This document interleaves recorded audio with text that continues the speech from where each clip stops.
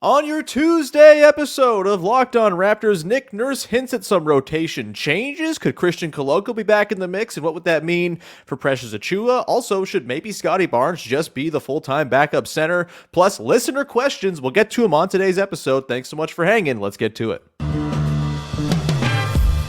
You are Locked On Raptors, your daily Toronto Raptors podcast, part of the Locked On Podcast Network, your team every day. Hey, what's going on? Welcome to episode number 1359 of Locked On Raptors for Tuesday, March the 14th. Happy birthday to my dear brother. What's going on, buddy? You're not watching this podcast. You don't care about the Raptors at all. Either way, I'm your host, Sean Woodley. I've been covering the Toronto Raptors now for 9 seasons. You can follow, subscribe to, rate, and review the podcast for free on your favorite podcast apps. You can follow me on Twitter, as always, at Woodley Sean. And, of course, we are on YouTube.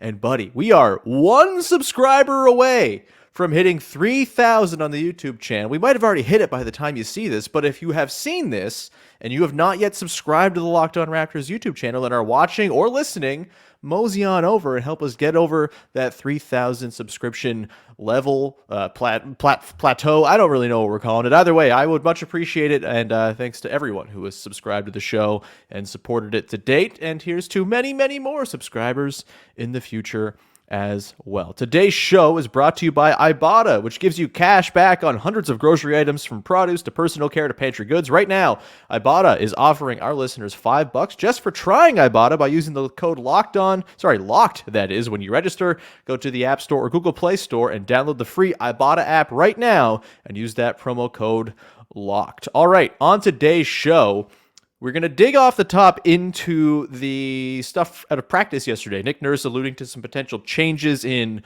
role for one particular player in Precious Achiuwa, potentially one other guy coming back into the rotation in Chrisitan Koloko, and what that all means, as well as why I kind of think I'd prefer to see something else entirely when it comes to that backup center position. We will get to that. We also got listener questions to get through, a whole lot of them as well. We got some great ones on Siakam-Fred's effect on certain players on the team upon his arrival, Jeff Doughton, whether the Raptors should sign him and potentially have to cut somebody else, and the bench situation, as well as Nick Nurse has very clearly not figured out how to make that bench work just yet. We'll get to all of that. Let's begin, though, with the stuff out of practice yesterday. Nick Nurse alluding to Precious Achiuwa potentially moving back into more of a wing-style role. We've seen the last couple games Precious work a little bit more regularly as a screen-and-dive guy, and it's just not really working right now. And there's lots of reasons for it. I've talked on this show quite a bit about why I think Precious is a little bit more suited to playing the wing. Mostly it comes down to, like, processing speed for me, and when Precious Achiuwa is in the middle of the floor, whether it's flashing to the nail in a zone, whether it's working as a short roll guy, working as a typical pick and roll companion for a ball handler, he just doesn't quite make the reads quick enough from a position where the reads have become so much more important to modern basketball. Actually, yesterday on this very topic, Zach Lowe and Adam Mares from Locked On Nuggets, by the way, were chatting about that sort of very thing, the idea that the short roll big man has become this sort of premium skill in the NBA of late, and it rings completely true. You see with Jakob how bloody effective he is in that short roll, just kind of making use of space, making the next read when the ball comes to him, connecting plays. With Precious Achiuwa, a lot of the time, the ball's coming to him and the play is dying, whether it's sort of a flat floater that comes after maybe a little bit too much indecision as he's got the ball in the triple threat position. You've got just the odd time where he'll just sort of punch the ball out of bounds because he kind of is moving a little bit too fast for his brain to keep up with. He's just like this athletic marvel. He's so just overpowering that, he's going to find his way to buckets. He's going to blow by guys in that sort of short, close quarters area when he gets the ball at the nail, that type of stuff. But overall, the reason he works better on the wing is he's just not very good at center type things. And this was a thing last season that we talked about a ton. If Precious Achiuwa can ever become a center in terms of the skills he brings to the table, boy, oh boy, does that ever change the game when it comes to Vision 6-9 or whatever you want to call it. Because he, in theory, could be the guy that unlocks them with those center skills. Clearly, they weren't there this season at all for him, and that brought them to the point where they had to trade for Jakob to get those skills in the door. And Yak has done a wonderful job with it. The backup center position's been kind of a nightmare ever since. They've been killing it in the minutes with Jakob on the floor and getting absolutely demolished when Jakob hasn't played. The defense obviously is very much tied to Jakob whenever it's successful, and they haven't figured out that backup center spot, and Precious Achiuwa just hasn't quite seemed up to it. And again, that's not to say he's a bad player or anything like that. It's been a bad season for him, top to bottom, I would say, with some pretty good stuff kind of in the middle. But as far as the skills he brings to the table right now, he's not much of a screener. We've seen the value of Jakob screening and what that's done to unlock things for the Raptors offense. He's not a very good target as a roll man, right? Like he just doesn't present himself the way Jakob does, where he's constantly angling his body towards the ball, finding the easy passing lanes for guys to hit him in those spots where he can keep those possessions alive, where they're going to score himself or finding the next guy, finding a cutter on down the line. And Precious doesn't do that right now. It's just not a thing in his wheelhouse. When it comes to the defense as well, as good as Precious has been as far as just like his raw numbers of defending at the rim, he's not a traditional drop big man because he is, he's not that tall. Like, right? You need to have some length to properly manage the drop so you can both affect shots that might go up from the mid range and also be able to get back and defend the rim. And he just doesn't really offer that because he's not big enough. And really, his best skill is multi-positional, switching defense on the wing, guarding smaller players, guarding quick wings. He can do that all wonderfully. And so moving him to more of a bench, sort of a wing role as opposed to playing center, I think is a very smart idea. He's a lot better at that stuff. And not to mention it takes advantage of his best offensive skill, which is just putting it on the deck and getting into the teeth of the defense. I've kind of compared him in the past to like a big Norm Powell when it comes to the way he can potentially grow into the type of guy who can exploit tilted defenses with that first step, with his ability to get downhill.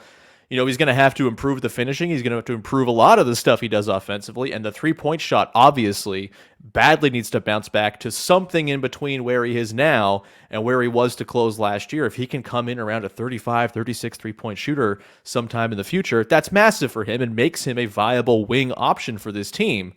Right now, he's not cutting it at center. I might even say that he's not going to cut it offensively as a wing as it stands right now because the three-point shooting has been so dire. But if you're going to bring other guys into the rotation, maybe there's a potential for him to kind of get squeezed out. I don't think I'd love that necessarily because his defense is so valuable, but he's not played super effectively of late. And maybe if you're trying to maximize wins down the stretch, you are maybe looking at some tough rotation decisions. Not to say that Precious won't be in the future plans, because he very well could be. Just maybe this season it's a little bit of a lost cause, considering how things have gone and considering what the Raptors badly need right now. That leads to Chrisitan Koloko, who has been playing quite well, especially in the defensive end down with Raptors 905. It's been a ton of fun to watch. I saw him in person when I was down in Detroit to catch the weekend games in Detroit and Cleveland. I caught the 905 game that was in Detroit the same day as the Pistons game. That was really great. He had a nice performance. He's throwing cool passes. He's having a good time, and he looks like a traditional excellent rim protector type. And the Raptors' numbers this season with Chrisitan Koloko on the floor have been ridiculous. They've been outstanding. I think I had the number in front of me and I lost it. But about 12.3 points, I believe, points per 100 possessions better with him on the floor. All season long, when the Raptors have had a traditional 7-footer as their backline line of defense, the Raptors have turned in ridiculous defensive numbers, whether it's Jakob or Chrisitan Koloko in his 600-ish or so minutes. And so maybe it's worth trying. The Raptors stink on offense, right? And Chrisitan Koloko is not going to help that. But maybe that's beyond help. Maybe the Raptors, who right now, as our pal Eric Kareen pointed out, are tied for dead last in the NBA in effective field goal percentage with the Charlotte Hornets and the Houston Rockets. Maybe the offense is just a lost cause and is not going to find its way this season. And so to maximize what you have, you just lean fully into defending like maniacs, which the Raptors have done pretty effectively for the most part since Jakob Poeltl's arrival. Chrisitan Koloko maybe helps you do that and can be that sort of, backup center who comes in. You have Will Barton, as Nick Nurse noted, he's basically the backup point guard now. You got Gary Trent Jr., Chris Boucher. Maybe you throw in a Scottie Barnes or an OG Anunoby in those looks. We'll talk about the sort of bench staggering in a little bit as well. But I think there's something potentially there with Chrisitan Koloko as your backup center, where you just want to lean fully into length and defense and causing havoc around the rim, forcing turnovers, that type of stuff. Maybe Koloko can help you with that in a way that Precious hasn't. I still don't know if that's necessarily my top choice, though, because there's another guy on the team who plays a mean center, who hasn't really played much center since Jakob arrived, who maybe, just maybe, there's an opportunity to get him back into that role, and that is Scottie Barnes. We're going to get into that in just 1 second and why I think Scottie Barnes should maybe actually just be the backup center for the rest of the season. We will do that momentarily. Before we do that, however, got to tell you about a brand new sponsor for our show and for our network. It is Ibotta. Groceries, school shopping, getting a little something for yourself. All of it costs money, and you're already going to do it. It's stuff you got to pay. Gas also counts as this, just stuff that's part of the cost of day-to-day living.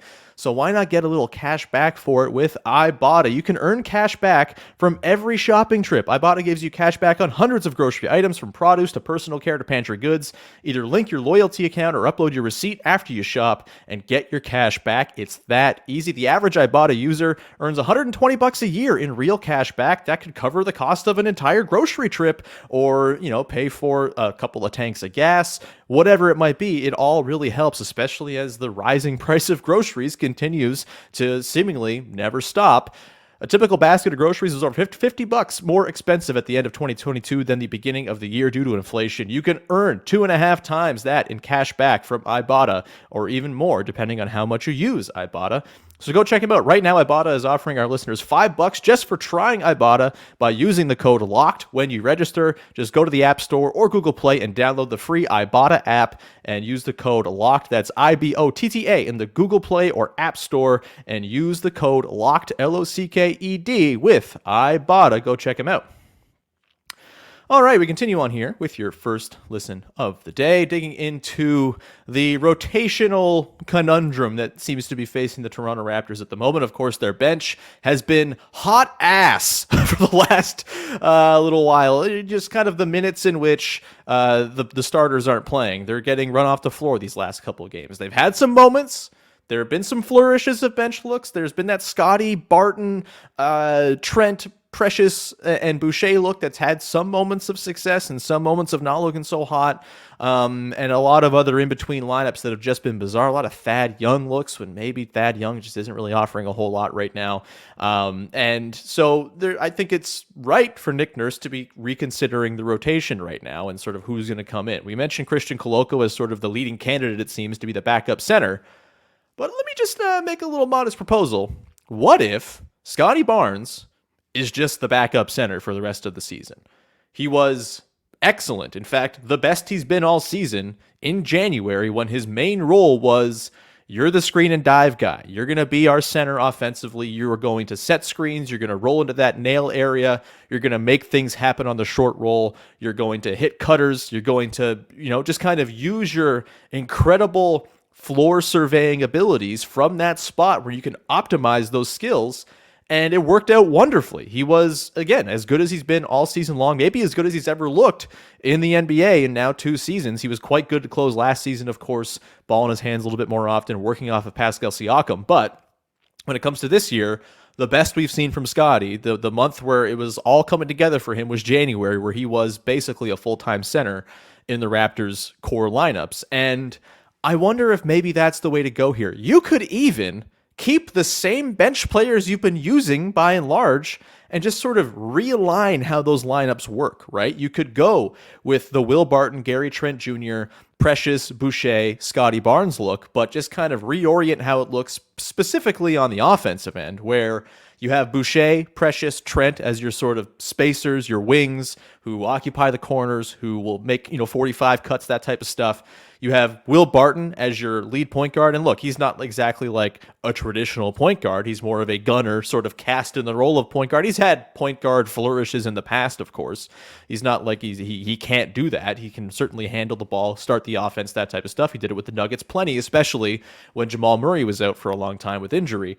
And so, there's a pathway here to, I think, that sort of Barton, Scottie Barnes pick and roll being your core offensive set in those second units if you want to keep those same players. You could also totally shake it up and have Scottie be your center, bring in a Pascal to play point guard, put an OG, stagger him in between with a Trent and a Boucher or something like that, or even a Barton. There's all sorts of different combinations. Basically, any combination of Scottie Barnes as a center with a ball handler and then 3 relative spacers to put in between, I think can work as those second looks. And again, Scottie Barnes is going to get a chance to work on that skill set again more regularly, in addition to all the stuff he's getting to do more as a sort of a wing creator in the Raptors starting lineup now. And I think if you want to kind of diversify the development you're getting from Scottie Barnes, while also just optimizing your team for right now to win as many games between now and the end of the season as you can, then I think Scottie Barnes is a perfectly viable backup center option. And this, I guess, comes to the question of what are the Raptors' real intentions here? You look at the standings, they are 1 game up on the Washington Wizards, who are outside the play-in in the 11th spot right now. The Pacers lost last night. They're 31-38. So 2 games in the loss column the Raptors have on them. But, this might actually tell us here what the Raptors' intentions are for the rest of the season. It seemed as though you trade for Jakob, we're going to fight for the play-in and do the thing. Maybe things have been so meh since Jakob arrived in terms of the overall performance and results, despite eye test-wise looking like a much more coherent basketball team. If they're going to play Chrisitan Koloko more extended run, give him 12, 15 minutes off the bench as your backup center when Jakob sits, maybe that hints at more of a developmental look at the final 14 games here. Maybe that hints at the Raptors saying, you know what? The play-in would have been nice. We had a shot there for a hot second to maybe move up to 6, thinking the Nets were going to fall down. The Nets have picked up some wins here that has made that pretty unrealistic. I think basically impossible right now. I think there's 7 games out of the 6th seed right now. That's not happening.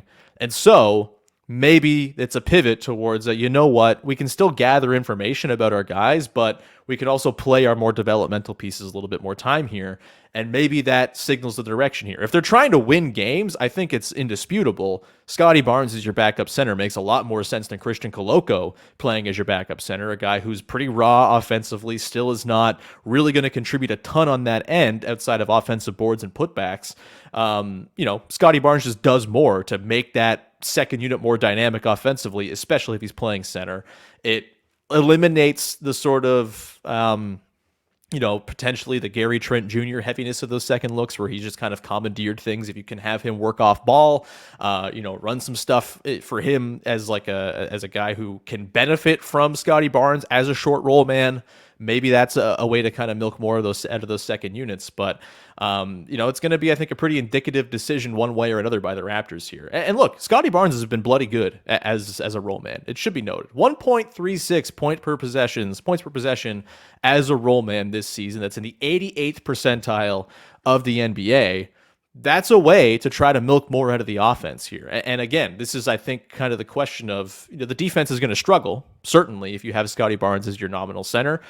He's been better, obviously, this season as a rim protector than he has been as a perimeter defense guy. And so maybe you're trying to maximize him there a little bit. I think he's just generally better as just sort of like a roaming helper type. And so maybe you try to get Precious or Boucher to kind of be your nominal center, but neither of those guys have proven they can really do that as like a full-time gig. So you're certainly compromising defense if you're going to make Scottie your full-time backup center in role, but he's been really bloody good scoring in those spots, and you might limit some of those offensive lulls that you get when you bring bench guys into the game. Maybe that's a way to do it. There's also, some interesting ways to try to stagger in multiple starters. And I think that's where I will lean into some questions here, because we got a lot of good questions. Not going to have time to get to all of them on today's show, probably, as I went longer on this topic than I thought I was going to. But let's get this question in from at the main event 2K, kind of tied to all this. The bench is so bad, why can't Nurse just stagger the minutes to fit Gary, Precious, Boucher, and hopefully Koloko in with 3 to 4 starters at all times? Buddy, I would be thrilled with just 2 starters at all times. They're rolling with these Scottie and bench looks. And again, they've had, like, on paper, they've had success. They look a little bit less potent than they have been, I think, in practice. And over the long haul, I feel like they're more likely to have runs like they did against the Lakers, where they lost that game essentially for the Raptors on Friday, than their runs where that's looked pretty good, say, against the Wizards those couple times out.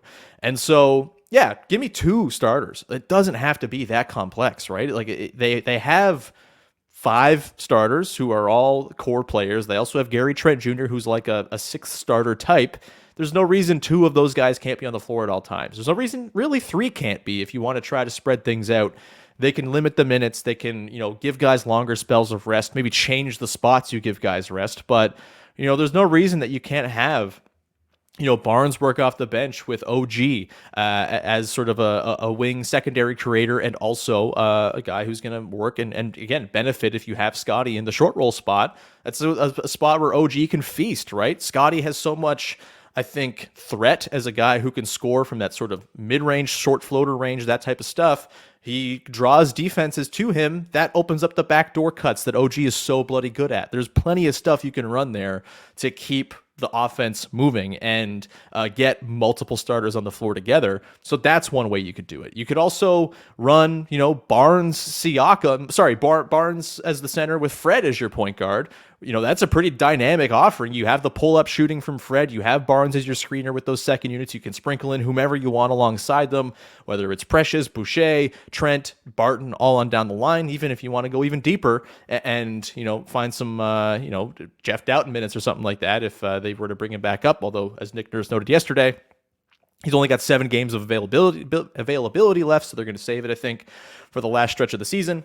Either way, there are ways to do this. There are ways to get more than 2 starters or more than 1 starter on the floor at all times. The Raptors have the players to do it. They're healthy. They're not sitting here with 3 guys on the bench with injury where they're trying to, piece together these sort of piecemeal lineups. It's just not the way it is right now, but it's the way they're operating.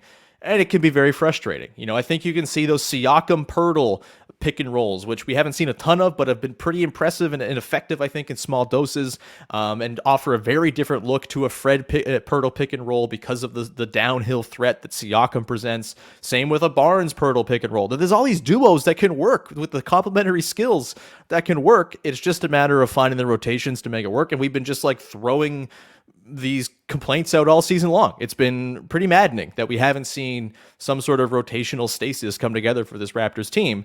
Maybe this last 14 game stretch is the last time to do it. It definitely is the last chance to do it, but maybe they finally figure it out here. I wish I had belief in it, because it seems like every time there's 2 or 3 games of, hey, that's a pretty reasonable bench look. Hey, this rotation makes sense. The whole playbook gets scrapped and Nick Nurse outfoxes himself and all of that. And it's bloody frustrating. So we'll see. I would expect we'll see some Koloko tonight against the Denver Nuggets. Although against the Nuggets, I mean, if you're going up against those Jokic-less lineups where the Nuggets have really struggled, you can get away with Scottie Barnes playing center in those groups. You can get away with Scottie Barnes going up against Thomas Bryant. There's no reason you can't. So maybe we'll see some Scottie Barnes at center as well. That'd be nice. There was no hinting or inklings of that from Nick Nurse, but maybe, just maybe, he'll be on the same page as me. That'd be cool. We're going to come back on the other side, get into a few more listener questions for you to round out this here show and send you off into Raptors Nuggets 2.0, which, a week ago, we were just glowing about how well the Raptors played against the Nuggets, and all of it seems to have come crashing down ever since. But let's get to it here. Tell you about our friends over at FanDuel, who are the #1 sportsbook in North America. The midway point of the NBA season is well past. We're deep into the stretch run now, and it's the perfect time to download FanDuel, America's #1 sportsbook, because new customers get a no-sweat first bet up to $1,000. That's bonus bets back if your first bet doesn't win. Just download the FanDuel Sportsbook app. It's safe, secure, and super easy to use. Then you can bet on everything from the money line to point scorers to three-pointers drained, and FanDuel lets you combine your bets for the chance at a bigger payout with a same-game parlay. That to me is the way to do it, baby. I, again, am not much of a sports wagerer myself. When I do dabble, it's usually when I'm at a game in person and I want to juice up the live experience, have some fun, having a beer or two, going and having the same game parlay as a thing to watch throughout the game and root for. That's always a good time. So don't miss the chance to get your no sweat first bet up to $1,000 in bonus bets when you can go to FanDuel.com/lockedon. That's FanDuel.com/lockedon to learn more. Make every moment more with FanDuel, an official sports betting partner of the NBA and of Locked On. Please play responsibly. All right, we continue on here. Rounding out the show with your listener questions as we get set for Raptors Nuggets 2.0 tonight. A game I'm really excited for. I know the Raptors have not really engendered a whole lot of excitement, but they have been...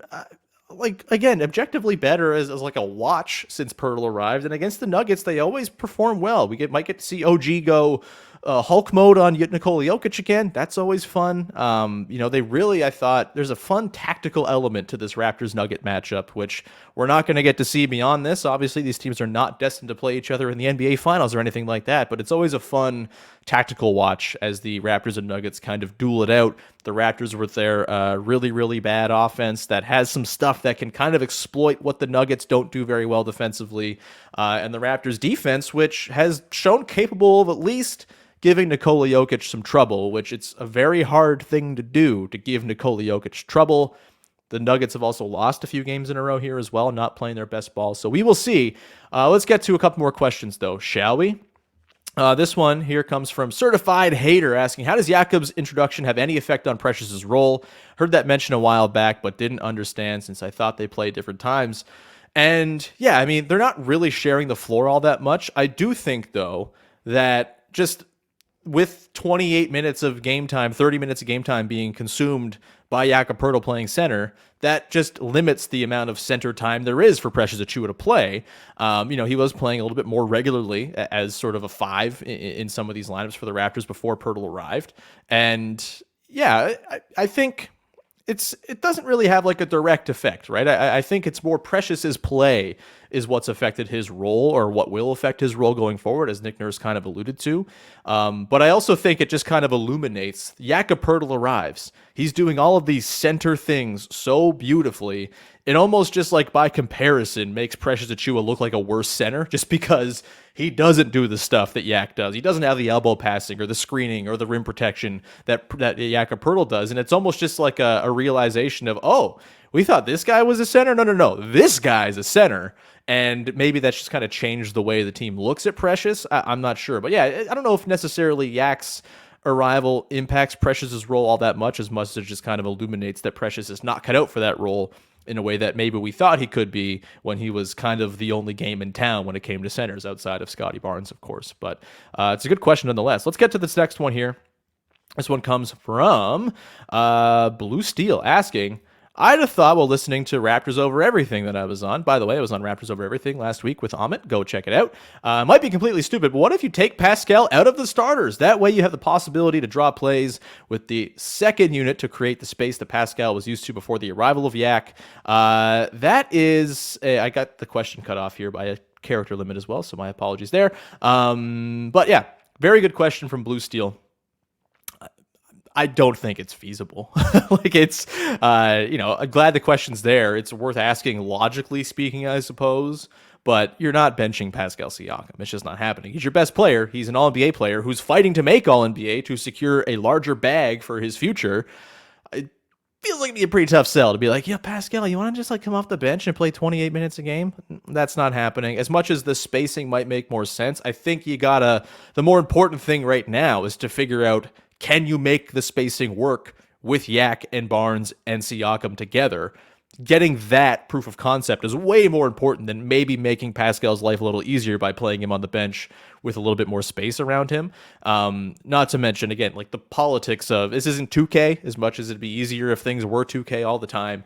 You're just not benching Pascal Siakam. You would not be able to sell that, I think, to really anybody, frankly. Not just Pascal, but the rest of the team who has, constantly looked up to Pascal as the best player on the team. That feels like a weird call to try to make.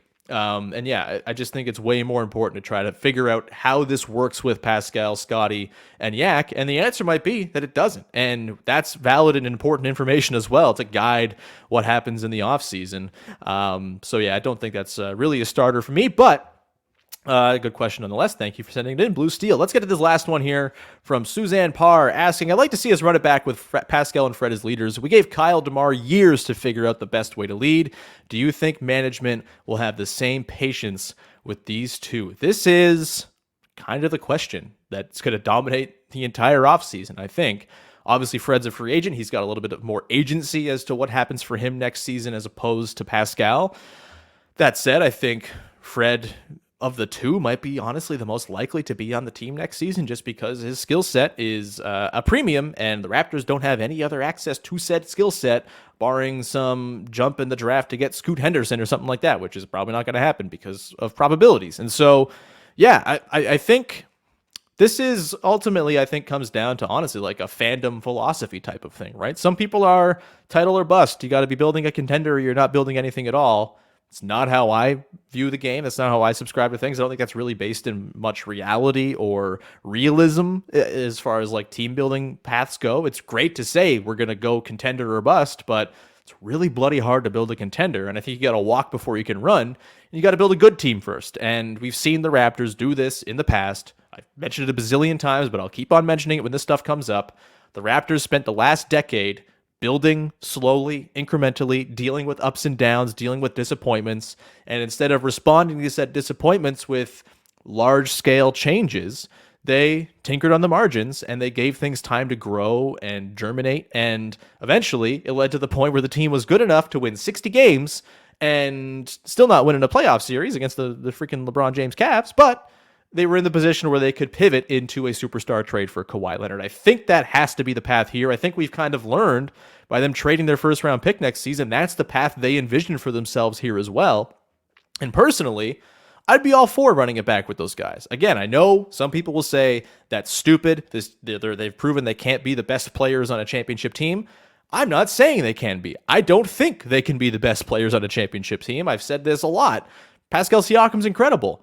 There are only like 7 guys in the entire world who can lead a team to instant contention. He's not one of them. That's not a slight against Pascal. It's just reality. And to build your team around the concept of contention, like instant automatic title contention, you can win a championship with these players. It's just you're painting yourself into a team building corner where you really the only pathway to do that is to tank out and ruin multiple seasons of fandom and make your team a miserable watch to hopefully maybe one day grab a guy in the draft who can be one of those top 7 players in the NBA. The Raptors probably don't have one of those guys on the roster. Scottie Barnes is probably the closest thing to someone who could become that someday. Your mileage may vary on what you think is likely there, but do I think Pascal Siakam and Fred VanVleet can be the best players on a good team? Absolutely I can. They have been. Like, they won 48 games last season. They were the 2 best players. Scottie Barnes' emergence was massive as well. But, like, they can be a good team. They can be a team that builds upon what they've already built. But, you know, and I think, like, the history suggests that the Raptors will be patient and will probably want to run this back with both of those guys. The flip side is there's also evidence and past history of the Raptors making big-time bold moves when it feels like they're kind of stuck at an inflection point. They did it with DeMar DeRozan and firing Dwayne Casey after the 2017-18 season, and they got Kawhi Leonard out of it. Great. Is there a player out there who you're going to trade one of? I guess Pascal will be the guy to trade Pascal for a guy who's going to take you to that next level. I doubt it. It seems like that DeMar for Kawhi thing was the product of a very specific set of circumstances that doesn't seem super replicable, just considering all the context there. And so, you know, I don't think they're at that point right now where they are in mode to go trade for the next superstar who's going to carry them to the next tier of NBA contention. I think they probably do have to run this thing back. I don't think it's that inflection point that we saw at the end of 2017-18, where 5 years in, they had exhausted everything. They lost 3 straight times to LeBron. It just seemed like they were never going to get over the hump. We have no idea whether this team can get over the hump or not. They haven't had nearly as much runway as those DeMar Kyle teams did. I think it's worth noting Pascal Siakam right now is a better player than DeMar DeRozan ever was in a Toronto Raptors uniform. Full stop. The two-way play, the playmaking, the shooting, all of it, it's better than what DeMar DeRozan brought. He's a better overall player. He's an all-NBA player. He's really fantastic. Trade that dude at your own peril and set yourself up for some years of pain if you do so and do it wrong and don't have the sort of roster rebalancing coupled with the growth of Scottie Barnes that you hope to see to carry you to your next level. And so it's a tough call, right? Like, I would not be surprised if they look at trading Pascal this offseason. Wouldn't be surprised at all if that's on the table, considering the track record. Personally, I wouldn't do it, but that's just me. And again, I can fully admit that I'm Pascal pilled, and I'm emotionally invested in Pascal to a degree that maybe some others aren't, and so it clouds my judgment. But ultimately, he's a really bloody good player, and as much as the fits looked off in the 14 or 12 games since Siakam-Fred arrived, he's shown a capacity to improve and expand upon things and figure out his spots and get more comfortable and adapt. He's been a very adaptable player. And so, yeah, I think we'll likely see management have the same patience that they had with Kyle and DeMar, with Fred and Pascal. But I also think, the Scottie Barnes of it all and his potential upward mobility as a player, all of that, it does throw a bit of a wrench into the conversation. Not to mention the fit being weird. That's certainly something to consider. We'll see, but I think it's more likely than not they'll opt patience, just because that's what their track record mostly suggests they'll do, unless they're really backed into a corner where the last move is to trade a beloved franchise icon to try to mix up the mix. So we'll wrap it there. Thank you for the lovely questions. Thanks to those who sent them in that I didn't get to as well. We will cover those. We'll talk about Jeff Doughton. Our friend Charlemagne sent in a question about Jeff Doughton that I won't get to, but I will probably talk about Jeff Doughton as the roster crunch decision comes closer. As maybe they try to convert him to a one-way, all of that. We'll get to that another day. For now, thank you so much for tuning in. We will talk to you again on Wednesday, breaking down Raptors Nuggets 2.0. Should be a lot of fun. And then later on in the week, Katie Heindel's going to pop on Thursday, Vivek Jacob back on Friday, and then we probably will reset to our usual Monday, Wednesday setup for Katie and Vivek next week. So keep an eye out for that. In the meantime, thank you so much for tuning in and making us your first listen of the day. Please go subscribe, follow, rate, review, wherever you get your podcasts. It's always super appreciated when you do that. And you can go now listen to Locked On Leafs. Make it your second listen of the day, as the Buds are very good and are pushing towards the playoffs, a very dramatic and important playoffs for the franchise. Go check out Locked On Leafs with Mike DiStefano and Dave Morrisudi as they guide you through each and every day what the Buds are up to. With that, we'll leave you there. Talk to you again Wednesday. Enjoy Raptors Nuggets. Bye-bye.